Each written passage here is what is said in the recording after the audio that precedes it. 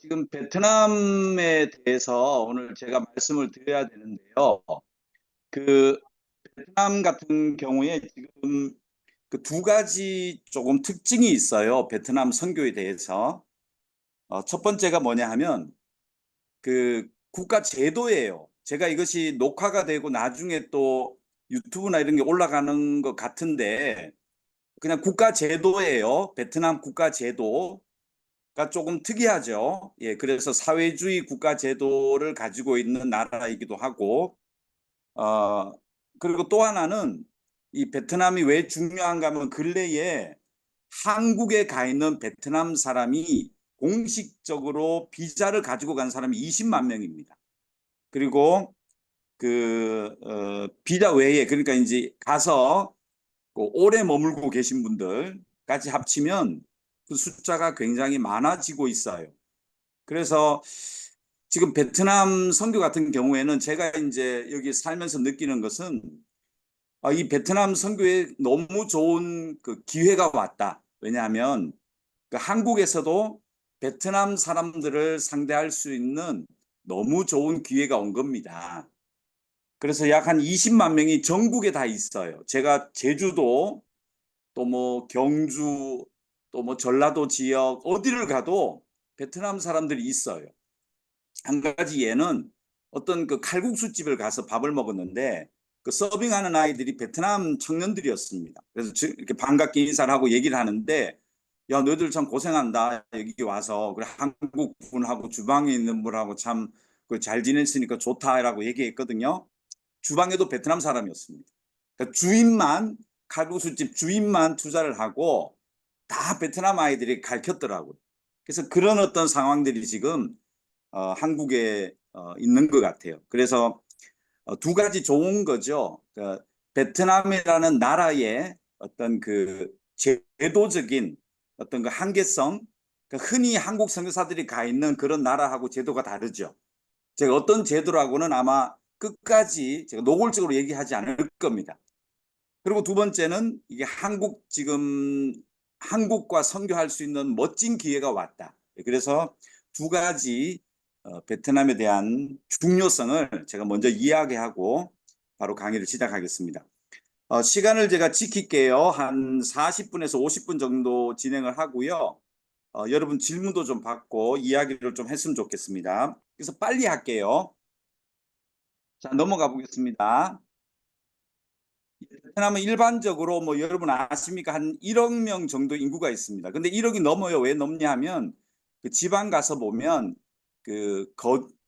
출생 신고를 하지 않은 인원들도 많이 있거든요. 그래서 저희들이 보기에 1억 한 2천만 명 정도 보고 있습니다.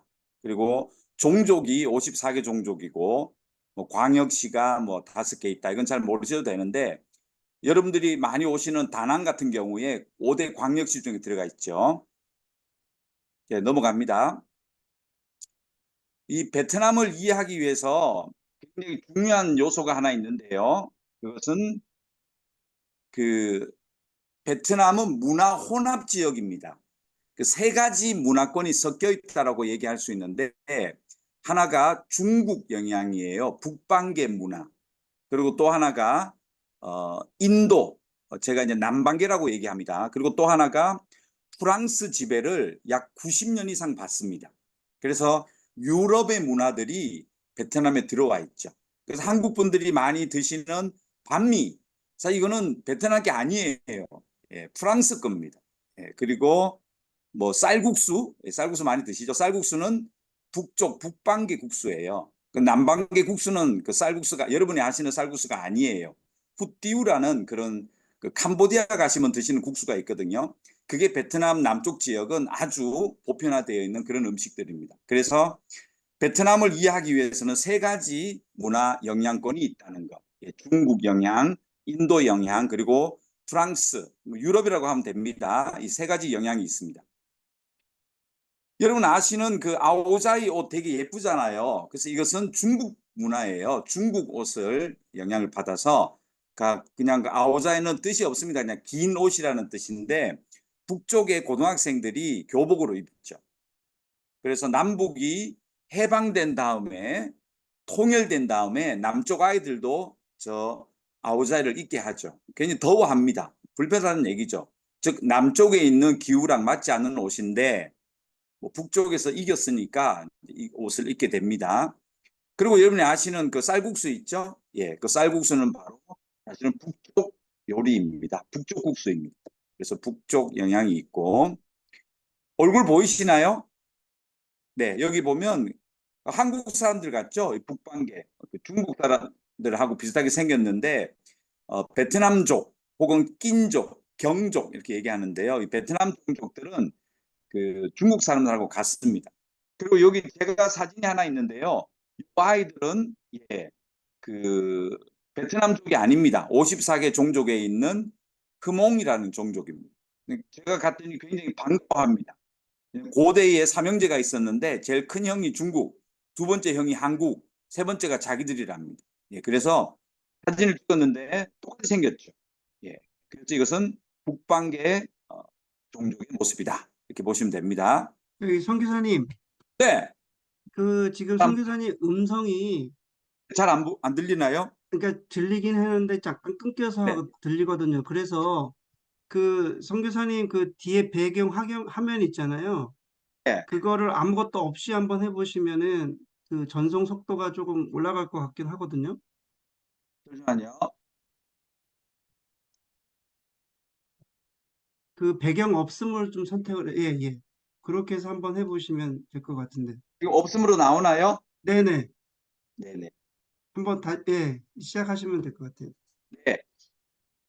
중국 영향, 유교 영향도 들어왔어요. 그래서 베트남은 유교 나라예요. 유교에 대해서 그 영향이 굉장히 몇천 년을 받았기 때문에 그 어른들에 대한 거 이런 것들이 또 굉장히 강합니다. 그래서 한국 분들이 와서 베트남 분들하고 친해질 수 있는 좋은 접촉점은 바로 유교입니다. 그래서 나이 드신 분들을 인정하고 뭐 이런 대신에 이제 여자들에 대해서는 조금 좀 우리가 좀 쉽게 생각하는 그런 면도 사실 있습니다. 예, 하여튼 그런 유교 영향이 조금 많이 있고요. 어, 그리고 또 하나는 남방계 문화예요. 그 인도 문화가 있어가지고요. 그 인도 문화에 의해서 국수도 다르고 옷도 달라요. 아까 북쪽 옷들은 긴 아우자이를 입는데 이 남쪽은 아오바바라고 해가지고요. 보시듯이 이렇게 짧아졌죠. 왜냐하면 더우니까.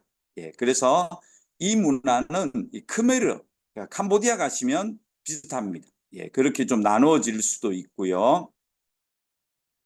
그리고 지금 여기 보이시나요? 이 사진이 완전히 뭐 인도 분들 같죠? 베트남 사람들입니다. 예, 베트남 사람들이고 그리고 여기 보시는 오른쪽에 있는 이 여자분이 베트남 사람인데 소수 종족이에요. 여러분 한국에서 드시는 그 G7이라는 커피가 많이 나오는 곳에 사는 종족인데요.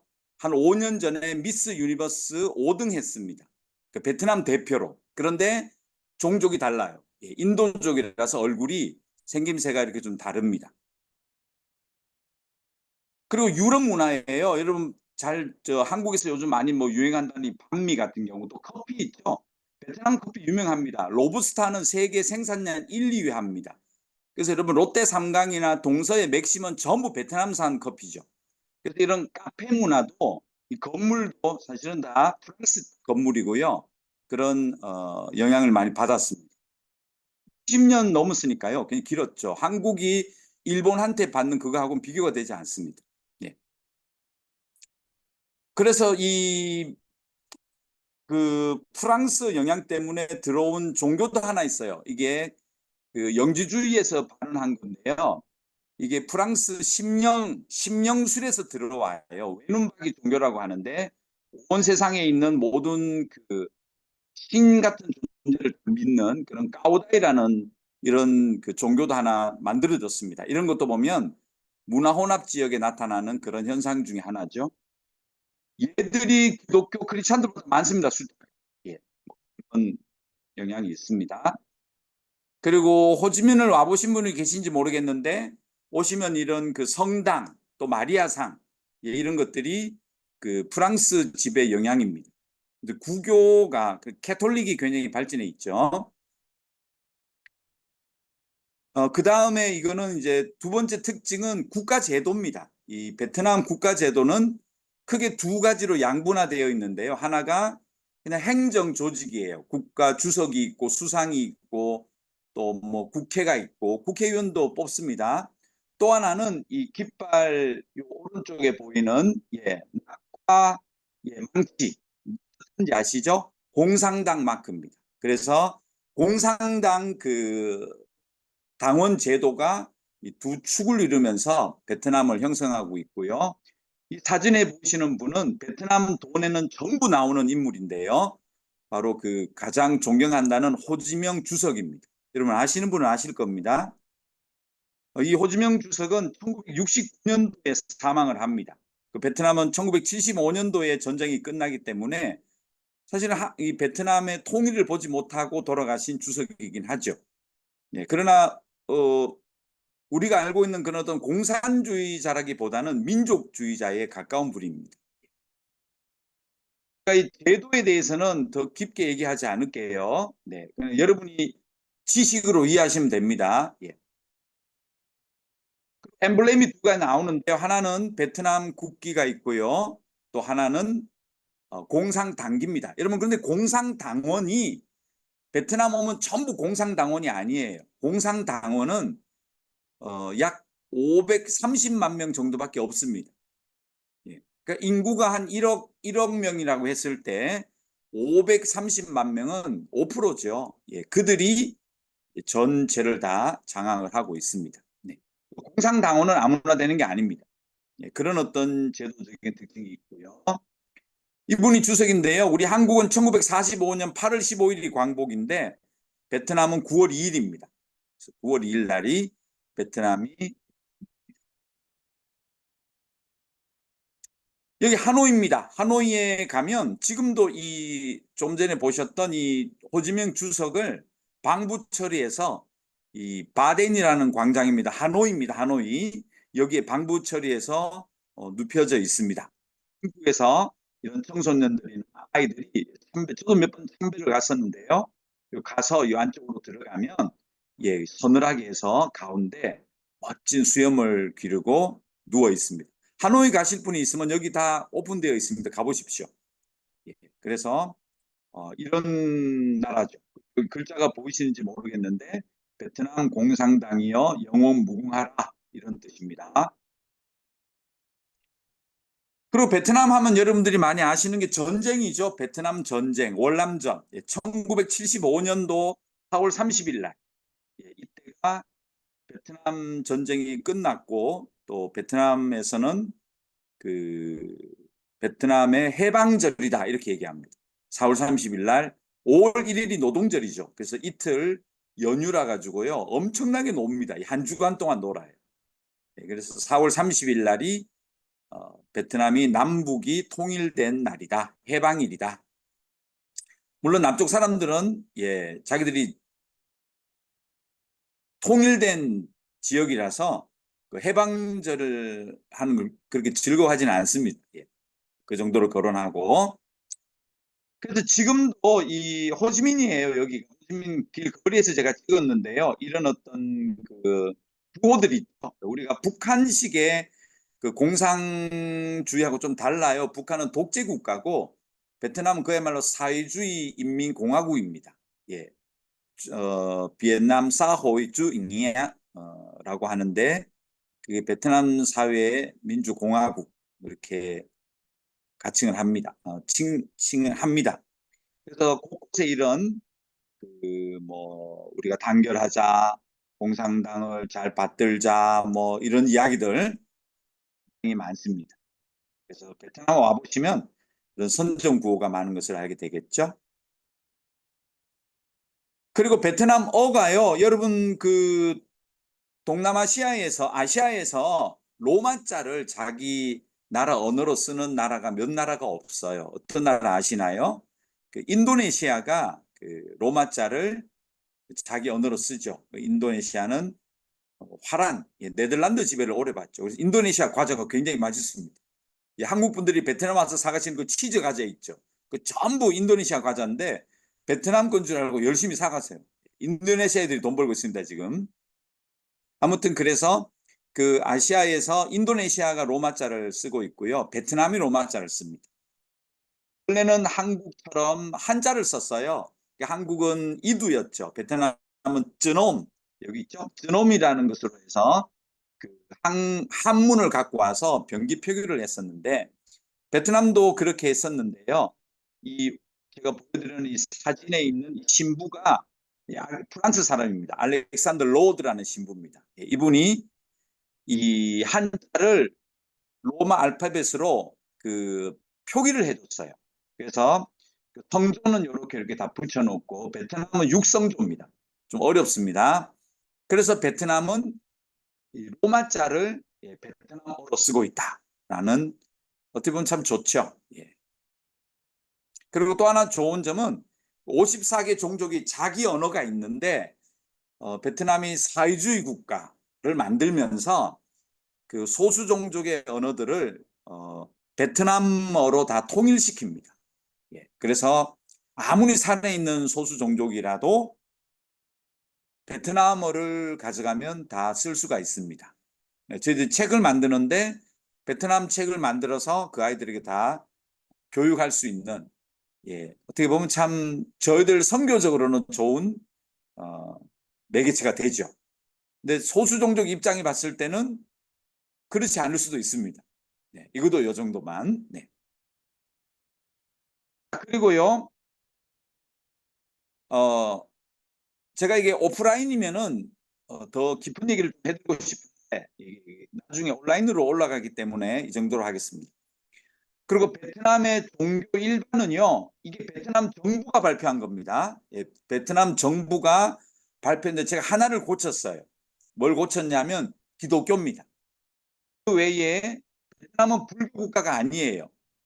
베트남은 무교 나라예요. 베트남의 불교는 대승불교입니다. 제가 김성대 선교사님 그 강의를 다 들었었는데요. 캄보디아 같은 경우 소승이죠. 근데 베트남은 아시아에서 중국, 일본, 한국 그리고 베트남이 대승불교입니다. 그 대승불교인은 제가자 불교죠. 집에서 그냥 뭐 보름에 한번 뭐 절을 갈까만 하는. 그래서 5%가 안 됩니다.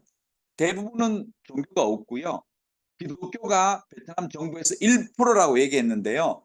제가 아무리 베트남 교회를 가봐도 1%안 됩니다. 저는 0.2에서 0.3% 정도 봅니다. 천주교가 6%, 국교 국가였으니까요. 그다음에 아까 보셨던 그 까오다이 기독교보다 많다니까요. 예, 그리고 화하오라는 그런 어떤 이런 토착 그 종교도 있습니다. 그래서 베트남은 종교의 자유가 있는 나라입니다. 공식적으로 종교의 승인해 주는 나라입니다. 예. 그래서 기독교는 제가 볼 때는 0.2에서 0.3% 정도 된다. 이렇게 하시면 되겠습니다. 베트남 그 기독교 역사입니다. 예, 한국은 기독교 역사를 1884년 혹은 5년으로 생각하죠. 84년에 의사가 들어왔고 85년도에 1800년 85년도에 감리교하고 장로교가 들어오죠. 그 기독교 원년으로 삼았고 그 84년을 성교 원년으로 삼습니다. 그래서 한국은 100주년 기념을 두 번 한 거 아시죠? 1990 뭐죠? 1984년도에 했고 1985년도에 했습니다. 예. 근데 베트남은 1911년도가 기독교 원년입니다. 캐나다에 계시죠? 목사님 캐나다에 계시니까 잘 아시겠는데 이 심프슨이라는 심슨 목사님 아시죠? 네네. 이분이 네, 찬송가 엄청 많이 지으셨죠? 예, 예. 예, 아주 유명한 찬송, 뭐 제가 좋아하는 찬송 예, 많이 지으신 분인데 이분이 CMA를 만드셨거든요. 그래서 캐나다 북장로교 목사님이셨죠. 뉴욕에 가서 이 1800년 후반에 만들었던 이 선교 복음화 단체가 크리스찬 앤 미셔너리 얼라이언스 CMA죠. 그리고 이 CMA에서 예, 그 일본으로 선교사를 파송하죠. 일본 선교사들이 일본에 가서 미국 선교사들이 일본에 가서 동양 선교회 만들죠. 그리고 성결교를 만듭니다. 왜냐하면 한국에서 조선에서 예, 일본에 넘어가서 그 동양신학교에서 도쿄 성경대학원이었죠. 거기서 공부하고 한국으로 들어와서 한국의 성결교회를 만들죠. 그래서 한국의 성결교회이기 때문에 이 CMA가 한국에 안 들어와요. 복음을 전하러. 그래서 한국엔 CMA 선교가 없습니다. 그래서 이 CMA가 그 인도 차이나로 눈을 돌리게 되죠. 그래서 작년이 캄보디아 CMA 선교 100주년이었고 베트남이 1911년도를 원년으로 해서 2011년도에 100주년 기념식 했습니다. 다낭에서 했습니다. 한국 사람들이 많이 오시는. 예, 그래서 다낭이 뭐 경기도 다낭시라 그러던데 그 뭐 바나산 있고 뭐 해변으로 유명한 게 아니고요. 사실은 다낭이 베트남 기독교의 성지입니다. 그리고 100주년 기념식도 다낭에서 했고 저도 참여했고요. 그리고 이 베트남 기독교는 바로 CMA, 예, 캐나다 출신의 심슨 목사님, 예, 이 단체가 예, 이곳에 복음을 전해 주었다. 이렇게. 네, 그 다음에 100주년 기념대회를요, 예, 여기 다낭입니다. 다낭 그 실내 체육관 보셨죠? 예, 그 보면 롯데 그 마트 옆에 있는 그 체육관 여기서 모였습니다. 100주년 기념 로고입니다. 베트남 기독교는 초기에 그래서 그 크리스찬 미셔너리 얼라 CMA가요. 캐나다 그 북장로교회하고요. 미국의 남침례교회예요. 연합체예요. 그러다 보니까 침례를 줘요. 지금도 베트남 교회는 침례를 줍니다. 초기에 침례를 주었고요. 좀 특이한 게 있어요. 이게 한국 사람들이 요즘 그 베트남의 핫플레이스가 어디냐면 나트랑, 달랏, 뭐 다낭 얘기하는데요. 나트랑이라 그러면 못 알아들어요. 냐짱이에요, 냐짱. 예, 그 냐짱이 한국 사람들이 많이 가는 다낭으로 기독교가 들어오고, 그리고 한국 사람이 요즘 많이 들어오는 나트랑으로 사실은 거기에 그 CMA 신학교가 나트랑에 있었어요. 예. 그래서 지금 여기 보이시는 건물이 지금도 있어요. 나트랑에 가시면. 예. 그래서 이 건물이 계속 여기서 CMA가 신학교를 하다가 이 사람들이 마지막 남북이 통일되기 월남전이 끝나기 직전에 졸업한 목사님들입니다. 마지막 기수입니다. 그리고 이 신학교는 폐교했습니다. 1976년도부터 CMA 신학교에서 더 이상 목회자가 배출되지 않습니다. 이유는 1975년도 전쟁으로 인해서 남쪽이 소위 말 여러분이 아시는 월남전 때문에 남쪽이 더 이상 신학교도 없고 교회도 모임이 쉽지 않은 상황으로 들어갑니다. 그러나 이 미국하고 수교하고요, 또 미국하고 무역 관계가 회복되면서 2001년도에 그 다시 남쪽의 이 기독교를 공인을 해줍니다. 예, 남부 총회가. 그러면서 저 신학교를 다시 재개교하게 해달라고 요청을 해서 2003년도에 신학교가 재개교가 되었는데요. 여러분이 많이 가시는 나트랑이 아니고 바로 제가 살고 있는 호지민의 이 신학교가 다시금 건립이 되었습니다. 지금도 2년에 한 번씩 졸업생이 배출됩니다. 왜 2년에 한 번씩인가? 베트남 정부에게 물어봐야 됩니다. 얘기 안 합니다. 여기에 대해서는. 그리고 제가 2001년도 직접 찍은 겁니다. 2001년도에 베트남 제가 처음 들어갔을 때 그때는 한국 분들이 베트남에 대해서 아무것도 모르셨고요. 또 직항이 일주일에 뭐 2번 정도 있는 그때였습니다. 근데 제가 와서 현지 베트남 교회를 갔더니 이런 상태로 교회가 있었습니다. 이게 75년도에 전쟁 끝나고 교회가 폐허가 됐었습니다. 이걸 소송을 했어요. 소송을 해가지고 얼마 전에 다시 찾았습니다. 그리고 다시 교회를 건축했고 지금은 예배가 잘 드려지고 있습니다. 한국 분들이 요즘 많이 가시는 무인의 해변에서 가깝습니다. 그리고 교회도 75년도에 신학교도 폐교당하고 어려움이 있었지만 묵묵히 베트남 교회가 CMA 교회가 그 모든 과정을 이겨냈고요. 이 교회는 사이공 교회입니다. 사이공 교회가 작년에 100주년 기념을 했었습니다. 100년 된 교회의 기념을 이렇게 모여서 했고요. 그 외에도 제가 말씀드린 CMA 말고도요, 베트남 안에는 여러 교파들이 근래에 2004년도부터 종교법이 바뀌어가지고요. 지금은 베트남이 합법적으로 뭐 침례교, 감리교, 장로교, 기독연합회, 메노나이트, 순복음, 또 뭐 침례에서도 은혜 침례교 뭐 이런 것들이 계속해서 공인을 받고 있습니다. 예, 그래서 지금은 이렇게 많은 교회들이 세워졌는데 신학교는 아직도 없습니다. 신학교는 아까 보여드렸던 사진에 있는 CMA 신학교가 유일한 베트남 공식 신학교입니다. 여러분 혹시 베트남 선교에 들으셨던 뭐 신학교 하신다 이런 것은 전부 다 허가 없이 하는 겁니다. 네. 자, 한번 정리해 볼게요. 베트남 기독교는요, 1988년도에 북부 총회는 하노이 쪽입니다. 공인을 받았고요. 2001년도에 제가 살고 있는 이곳 남부 지방 총회가 2001년도에 종교 법인으로 인정을 받았습니다. 좀 전에 보셨던 신학교 2003년도에 신학교가 재개교가 되었고요. 2007년도부터 이제 졸업생이 2년에 한 이유는 묻지 마십시오. 네.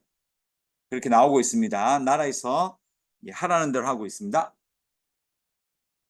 자, 지금부터는 제가 그러면 베트남 선교에 지금 한국 선교사가 뭐 많이 와 있는데 좀 특수한 몇 가지 특수성을 좀 말씀드릴게요. 베트남 선교가 특수한 거.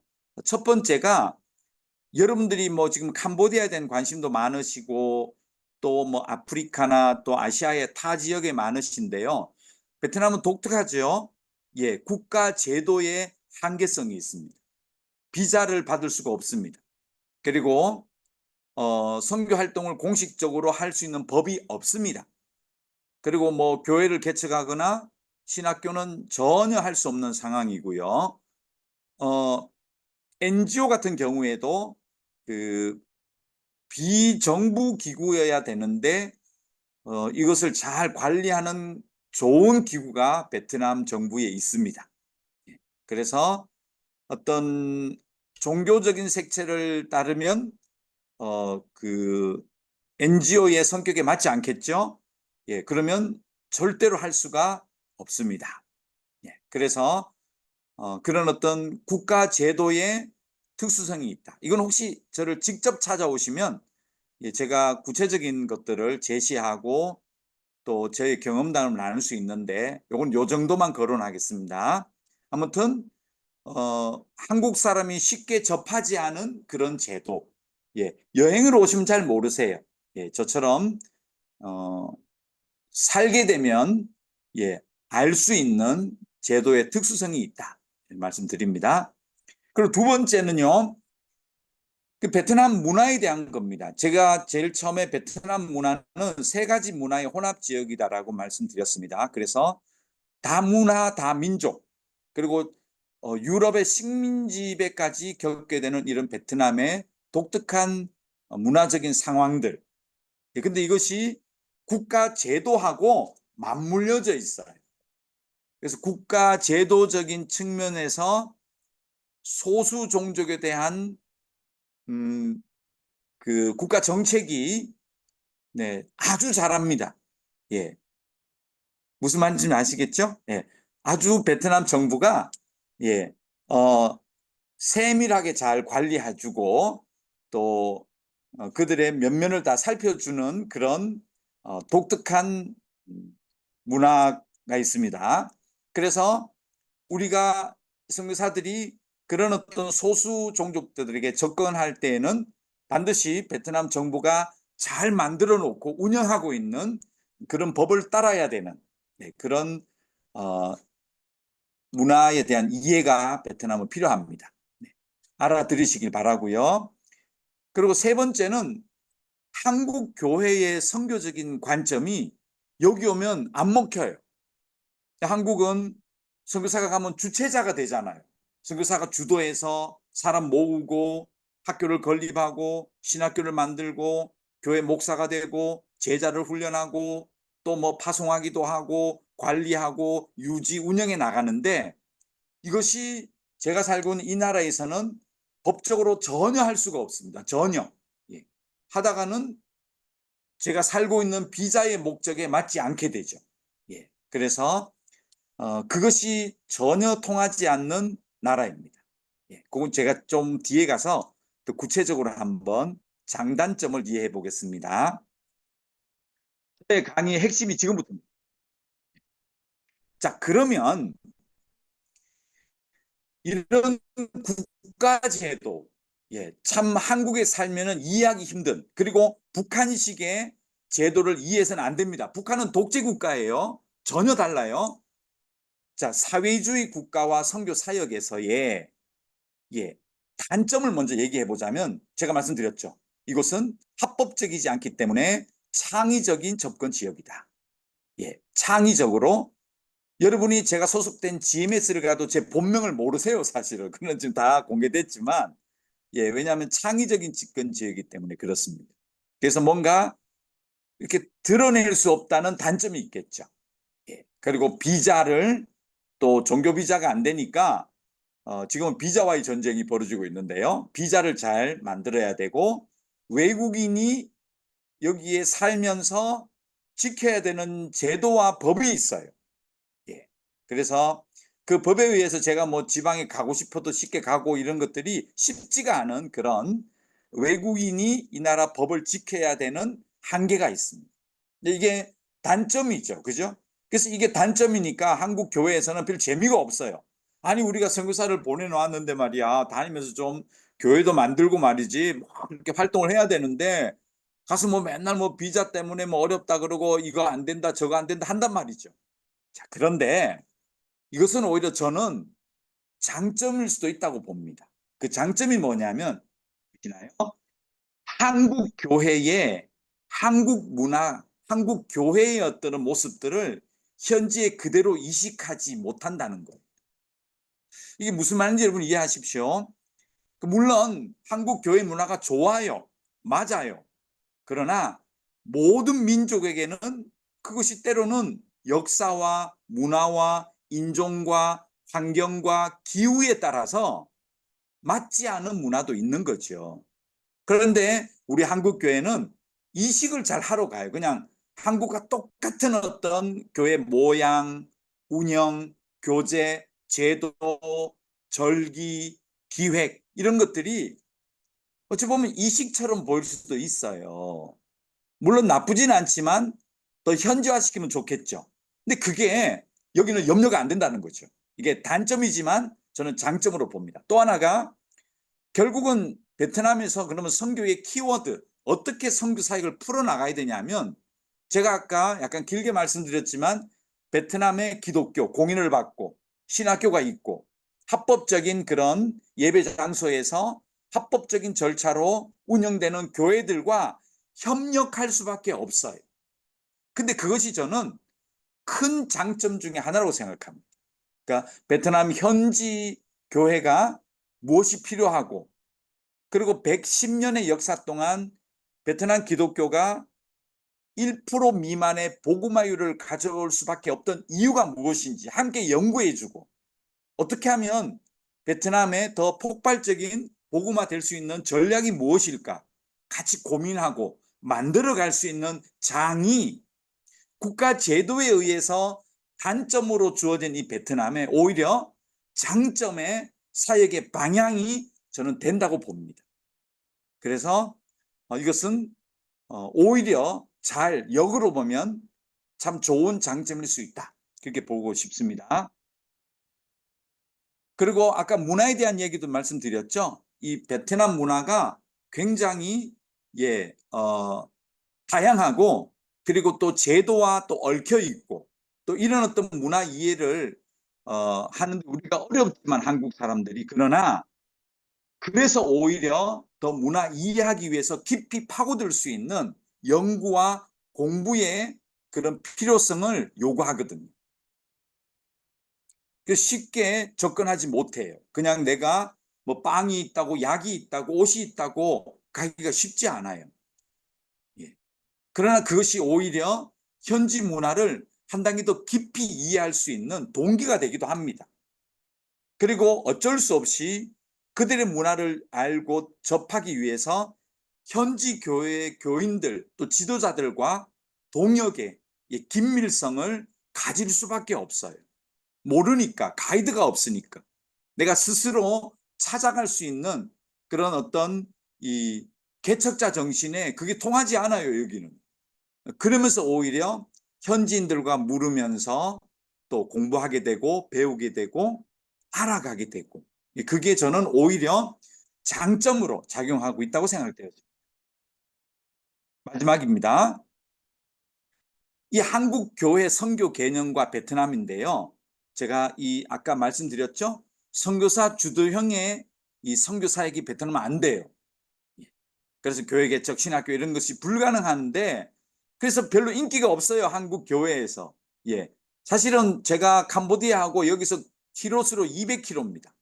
그냥 차로 가면, 바로 가면 뭐 3시간, 4시간이면 가는데 도장, 이미그레이션 찍고 가야 때문에 요새 6시간 걸려요. 그만큼 가까워요.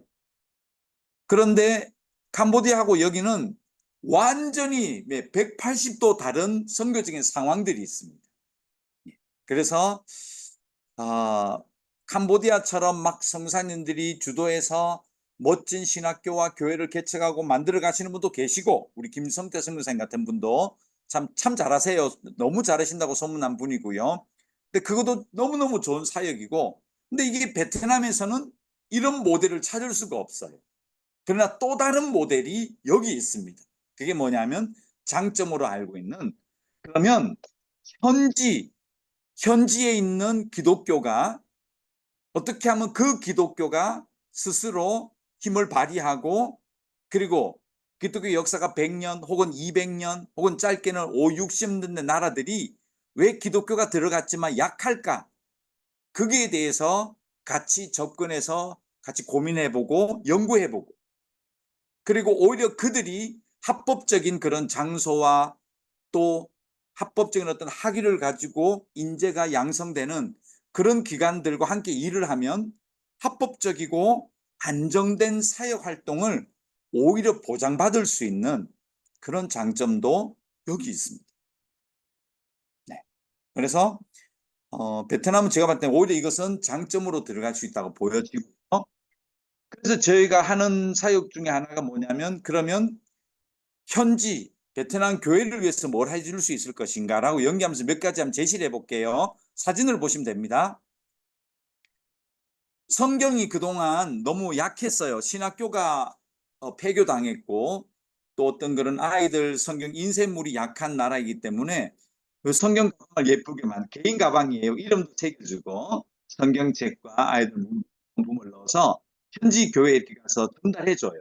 이 교회도 이제 새롭게 현지 목사님, 전도사님이 지금은 목사님이 되셨는데 정말 열심히 마을에 들어가서 전도해서, 현지인들은 괜찮아요. 해서 이제 이렇게 이제 어떤 임시 건물을 얻어서 개척해 있는 교회인데, 여기 아이들 성경을 갖다 줬어요. 그래서 이 아이들이 어려서부터 말씀으로 자랄 수 있도록, 이런 거는 합법적이에요. 전혀 문제가 없습니다. 예.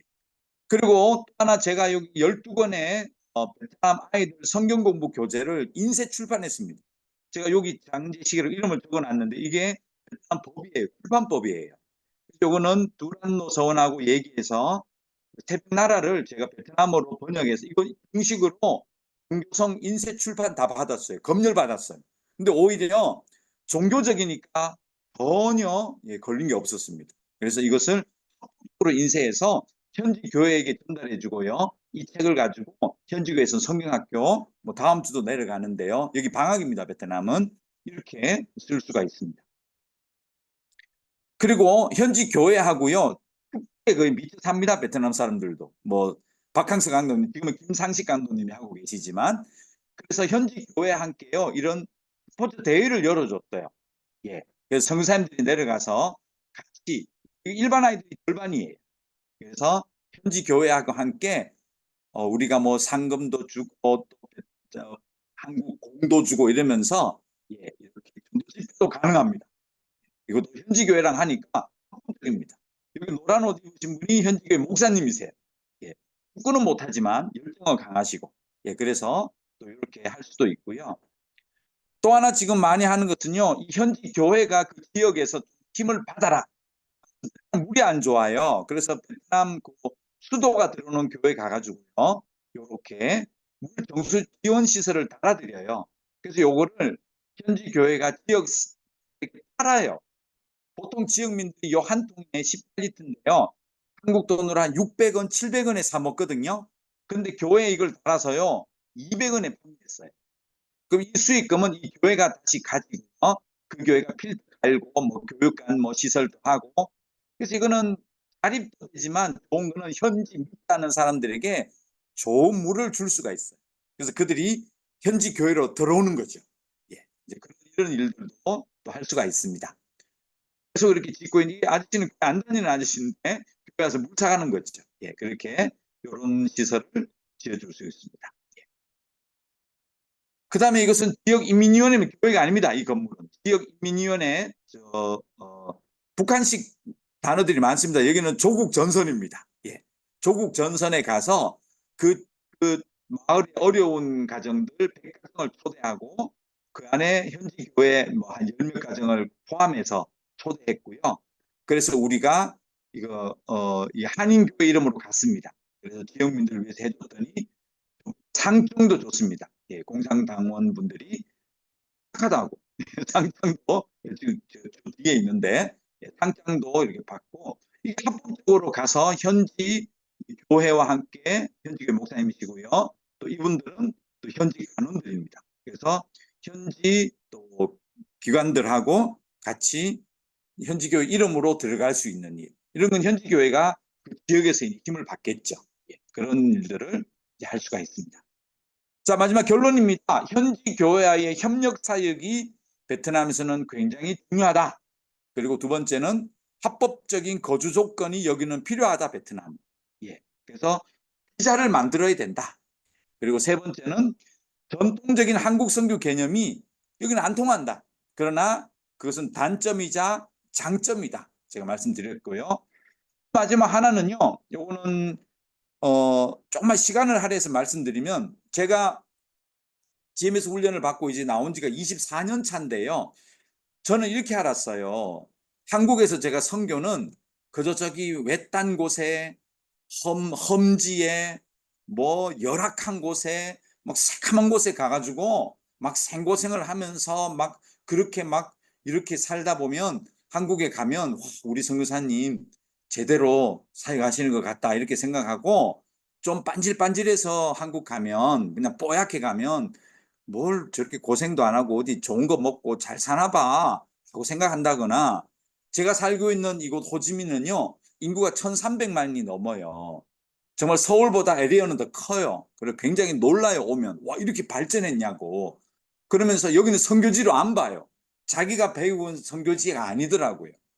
그런데 우리가 하나 착각하는 게 있어요. 지금 온 세상이 그 나라의 모든 똑똑한 사람과 문제아들과 이런 것들이 대도시에 다 거주하고 있어요. 다 한 것이 모여요.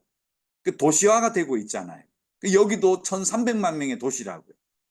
그런데 우리 한국 선교는 아직도 어디에 머물러 있냐 하면 100년 전 선교예요. 밀림을 가거나 사망을 가거나 완전히 소외된 곳. 물론 거기가 선교지가 아니란 건 아닙니다만은, 그러나 우리가 전략적으로 어디를 접근해야 되느냐, 사람이 가장 많은 곳.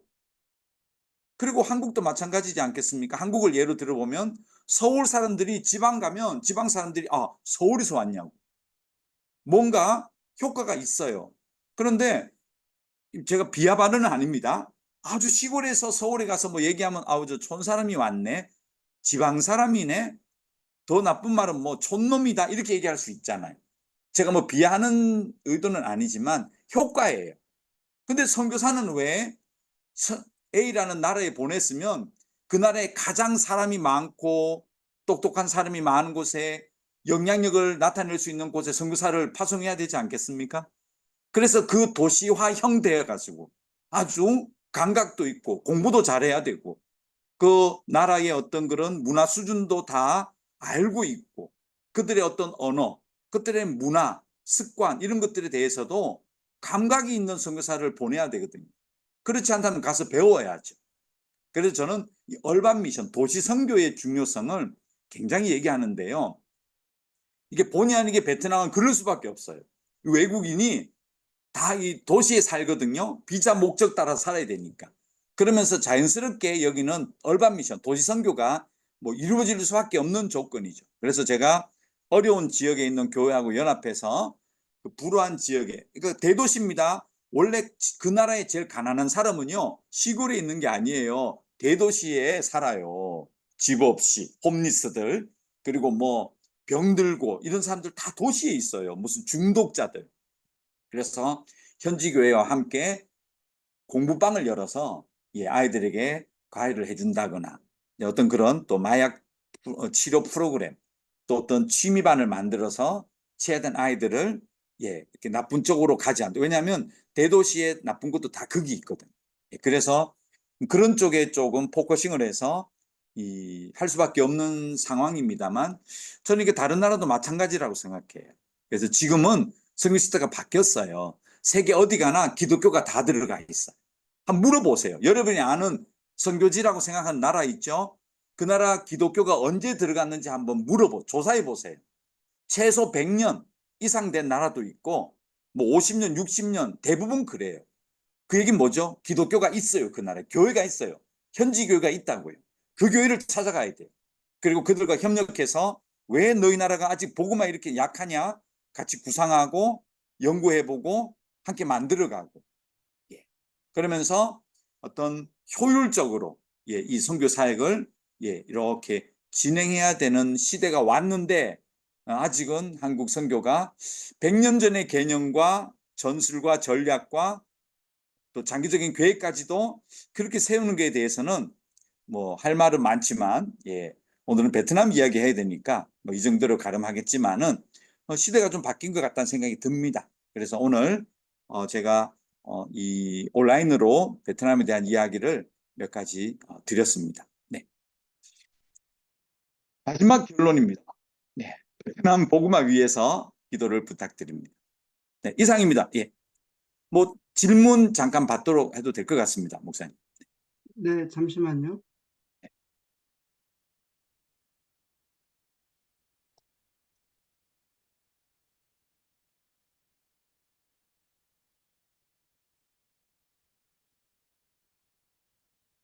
다 음소거 해제해 주시고요. 우리 선교사님 이제 강의해 주셨는데 질문 있으시면은 질문해 주시기 바랍니다.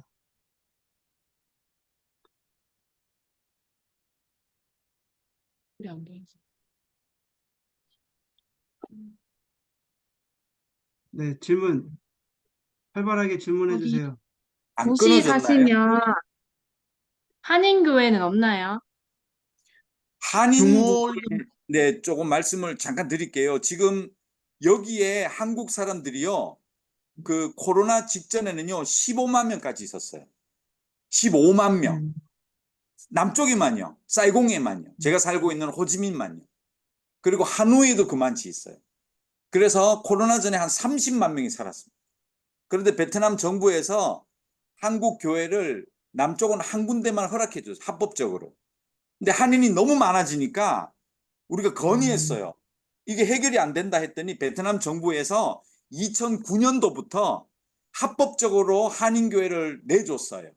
근데 처음에는 현지 교회 안에 반드시 들어가라. 근데 현지 교회도 몇 개 없어요. 다 찼어요. 각 교단별로 다 생겼거든요. 그러다 보니까 지금은 현지 교회 안에 없어도 된다. 제3의 장소를 하나 렌트를 해서 단 주인이 동의해야 된다. 부부가 같이.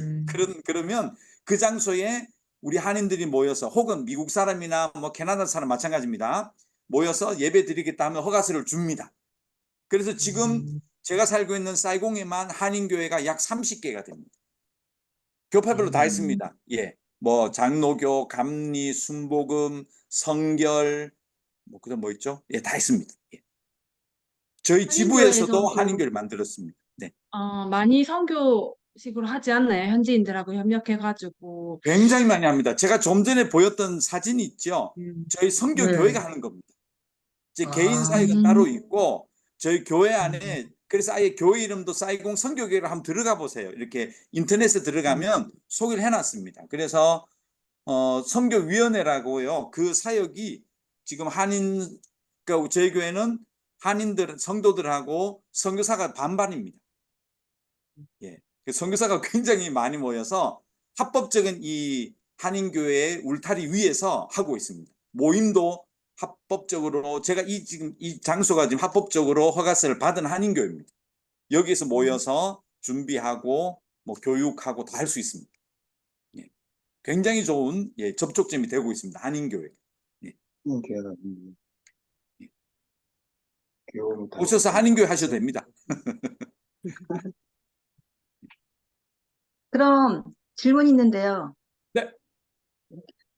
아, 그 현지인이 성경을 가르쳐도 된다고 했는데 아까 그러셨죠? 네, 그러면은 됩니다. 네. 현지인, 예, 그러면 현지인에게 성경 공부를 시켜서 그 현지인이 마음껏 성경 공부를 아이들에게 가르칠 수 있어요?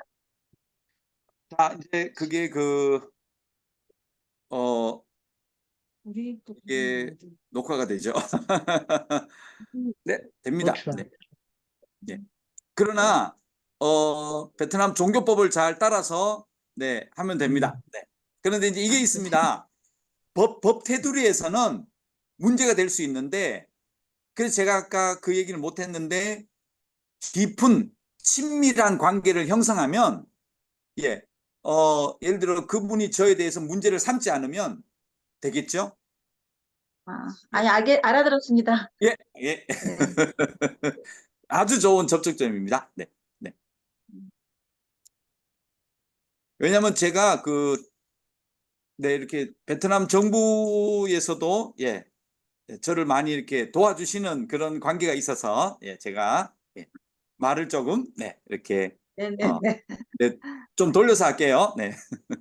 네, 네. 알아들었습니다. 예. 음, 그래서 여기는 어쩔 수 없이 현지인들하고 일을 해야 되는데 저는 그게 굉장히 좋은 장점이라고 생각해요. 네. 일단 신뢰를 많이 쌓아야 되겠네요. 네, 그래서 제가 후임들한테 얘기하는 게 10년을 걸리더라도 현지를 가가지고 현지교회 목사님들 배워라. 이들의 역사를 배우고 긴 어떤 전쟁 끝나고 어떤 그런 막 약간 기도를 많이 해야 되는 시기에 이분들이 어떻게 보면 견뎠다, 참았다.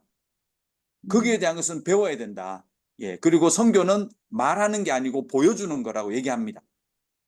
예, 그 신뢰만 얻어내면 할 수 있는 게 어마어마하게 많아지고 보여지는 게 눈이 확 열려진다라고 얘기합니다. 예. 그래서 이건 정말 권해주고 싶은 이야기입니다. 다른 나라 선교사들도 부인들한테 얘기해 주고 싶은 게 협력은 선교사끼리 모여서 하는 협력이 아니고 현지인들하고 하는 게 협력 선교라고 저는 생각합니다. 그러면 하나 더요. 네. 그러면 저희가 하고 싶은 뭐 단기 선교를 갔을 때 저희들이 할 일이 많지 않겠네요? 저는 그렇게 생각해요. 여기 단기팀이 오면 우선은 하려고 오지 말고 백지에 베트남을 써가라 와서. 그래서 무엇을 봐야 되냐면 복음화율. 베트남에 하나님 나라가 들어와서 왜 지금까지밖에 형성될 수 없었는지에 대해서 연구를 해라. 그리고 그 이유를 나한테 묻든지 현지인한테 물어봐라 다니면서. 그리고 갈 때는 제가 과제를 주죠. 그러면 저의 이제 단기팀 일원의 생각에는 저는 이런 어떤 방향으로 현지 교회가 나간다면 더 복음화가 될 것 같습니다라는 좋은 아이템을 한번 내봐라. 근데 접목할게 얘기하죠. 예. 그래서 오기 전에 과제를 많이 내드려요. 뭐 페이스 페인팅, 풍선 아트 이런 거 필요 없고요. 뭐 해도 되는데 그거보다도 오기 전에 공부를 먼저 해야 돼요. 베트남의 역사 그리고 기독교 역사를 해서 저한테 레포트를 쓰게 해요. 예, 좀 못되게 합니다. 그래서 레포트를 저한테 자기가 공부한 거를 내라 그러고요. 와서는 갈 때 다시 레포트를 주죠. 그러면 본인 생각에 베트남은 이런 어떤 사역의 방향이 또 효과적일 것 같습니다라고 제시해보자. 그런 시간을 가집니다. 오기 전 또 와서. 네. 그래서 특별한 준비가 없습니다. 공부하고 오시면 됩니다. 베트남. 네.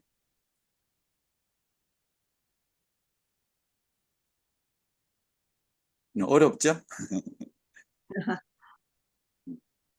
네, 또 질문 있으시면 말씀해 주세요. 한 2분 남았습니다. 혹시 베트남 와보신 분 계신가요? 베트남 다낭 가봤어요. 네, 그 성지입니다, 다낭. 네, 정말 의미 있는 곳입니다. 그래서 다낭에 그 초대교 교회들이 많아요. 선교사님들이 세운 교회들. 예, 못 가보셨죠? 예, 네. 저기 바나사는 많이 갔는데. 그 베트남의 그 종교법을 좀 보니까 네, 그러니까 종교의 자유는 인정을 하면서도 맞습니다. 제가 좀 잠깐 보니까 기본적으로 관리를 굉장히 많이 하는 것 같아요. 그러니까 그래서 좀 우리나라는 사실 우리 대한민국과 좀 비교하기는 그렇지만 대한민국은 어떤 종교법이라는 게 별도로 존재하지 않거든요. 근데 좀 잠깐 보기에는 여긴 종교를 인정을 하지만 굉장히 또 관리를 하는 이런 것이 좀 특징이 아닌가 이런 생각이 좀 들었습니다. 제가 좀 맞게 본 건지. 네, 그 정확하게 보셨고요. 그 종교법이 몇 번 바뀌었거든요. 음, 그 마지막 제가 종교법이 바뀌고 제가 다녀왔어요. 종교법을 배우러. 네, 그래서 제가 본 건 2016년도 네, 네, 거거든요. 예, 정확합니다. 그 법에 의해서 제가 좋은 교육을 받고 왔습니다. 예, 그래서 설명을 잘 들었고 친절하신 분들이 종교법을 설명 잘 해주셨습니다. 그래서 제가 아이고 이거는 제가 새로운 종교법 존중하고 저는 무조건 따릅니다. 예, 그렇게 칭찬도 받고 당신은 우리나라에 와서 법을 지키고 있는 거 안다 이런 칭찬을 많이 받았습니다. 네. 그런데 그 법 중에 하나가 뭐가 있냐면 믿을 혹은 믿지 않을 권한이 있습니다. 인민에게는. 예. 그래서 믿을 권은 뭐냐면 본인이 스스로 교회 오는 거는 합법적입니다. 근데 제가 전도지를 들고 예수 믿어 보세요라고 하는 것은 그 사람의 믿지 않을 자유를 침해하는 겁니다. 그러면 그 사람이 신고를 하게 되겠죠. 예. 왜 나에게 와서 강요하느냐? 이건 법적으로 큰 문제가 됩니다. 근데 그거는 외국인만 아닙니다. 바로 얼마 전에도 네. 예. 현지교회에서 이렇게 그런 법을 잠깐 몰랐던 경우도 있습니다. 예, 불과 얼마 전까지도. 네. 그래서 담임 목사님이 잠깐 이제 가셔서 해명도 하러 가시고 이런 경우도 있습니다. 그래서 그 종교법이 나라에서 만든 법이기 때문에요. 이게 정부 기관에요 종교법을 다운받게 해놨습니다. 예, 다 열람할 수 있게 해놨습니다. 이게 공인 제도를 두는 것 같습니다. 그러니까 맞습니다. 국가에서 네, 인정하는 데만 허용하는. 네, 그러니까 그래서 양성 시설이라든가 어떤 종교의 어떤 설립이나 이런 것들을 네, 국가에서 철저하게 관리하지 좋게 네. 말해서 좀 그래서 안 좋게 말하면 통제 이런 거가 아닌가라는 생각이. 그래서 너무 재밌는 게 현직의 목사님이 신방을 가잖아요. 신방 가면 우리 보통 그 집에 가서 예배 드리잖아요. 예배 드리면 안 됩니다. 주거지입니다. 예. 그래서 신방 가서 식사 기도는 할 수 있죠. 과일 갖다 놓고. 네. 혹시 이거 좀 별도의 얘기인데 그런 것이 네. 혹시 어떤 베트남의 역사성하고도 관련이 좀 되어 있나요? 그게? 역사성을 어디까지 거슬러 올라가야 되냐면 그 역사성은 어, 그게 베트남 이게 좀 곤란하긴 한데 그 네, 그 프랑스가 지배할 때 90년 제가 프랑스 지배할 때 그들이 이 현지인을 지배했던 방식이 있어요. 근데 거기에 캐톨릭을 보호한단 말이죠. 왜냐하면 프랑스는 국교 나라이기 때문에. 그래서 종교에 대한 정책을 잘 배웠어요. 이 정부 사람들이. 예. 그래서 그게 소위 말하는 프랑스 지배가 끝나고 1954년도에 프랑스가 베트남한테 져요. 인도 차이나 1차 전쟁 때문에, 게릴라전 때문에. 그러면서 이제 호주명 주석이 크리스찬들에게 자유를 줬고 내려갈 수 있는, 그리고 75년도에 이제 해방이 되잖아요. 그러면서 자연스럽게 종교에 대한 정책이 이렇게 잘 몸에 부착이 되죠, 이들에게. 예. 그래서 종교 정책을 저는 그 역사성으로 보고 있습니다. 예. 북한이나 중국에 비교하면 안 된다고 저는 생각합니다. 네. 지금 이게 우리가 온라인상이라서 제가 좀 말을 아껴야 되는 부분이 있지만 그러나 분명한 거는 베트남에도 종교의 자유법이 있고요, 종교법이 있고요. 그 법을 지켜가면 전혀 문제 없습니다. 예. 심지어는 저희 한인들한테 허가서 내준 허가서가 제가 여기 있는데, 이 허가서 같은 경우에도 장소 허가도 같이 나오거든요. 그래서 제가 지금 여러분하고 이야기하는 이 장소는 합법적으로 한국 사람이 종교 활동을 해도 되는 장소입니다.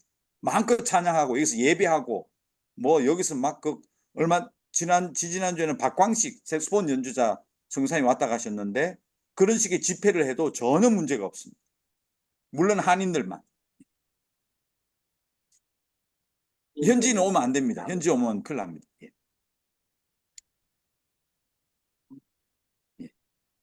그 종교법 이야기는 언젠가 한번 우리가 오프라인이 되면 여러 사례들을 말씀드리겠습니다. 곤란한 질문인 것 여러 같아요. 사례들을 말씀드리겠습니다. 근데 아주 좀 전에 잘했습니다. 그 말씀하신 관리 얘기하셨는데 그게 정확합니다. 관리를 정말 잘합니다. 정말.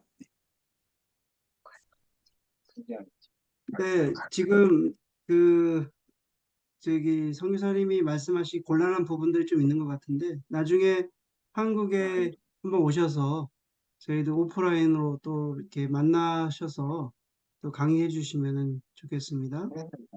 네, 시간이 이제 얼추 이제 다 된 것 같아서 오늘 정말 열심히 잘 강의해 주시고 또 좋은 귀한 말씀을 저희가 들었는데 이 강의는 이제 유튜브에 또 올라갈 예정입니다. 그래서 여러분들이 한 번 더 들으시고 또 공부하시고 또 앞으로 베트남 선교를 위해서 기도해 주셨으면 고맙겠습니다. 우리 너무 많이 수고 많이 하셨고요.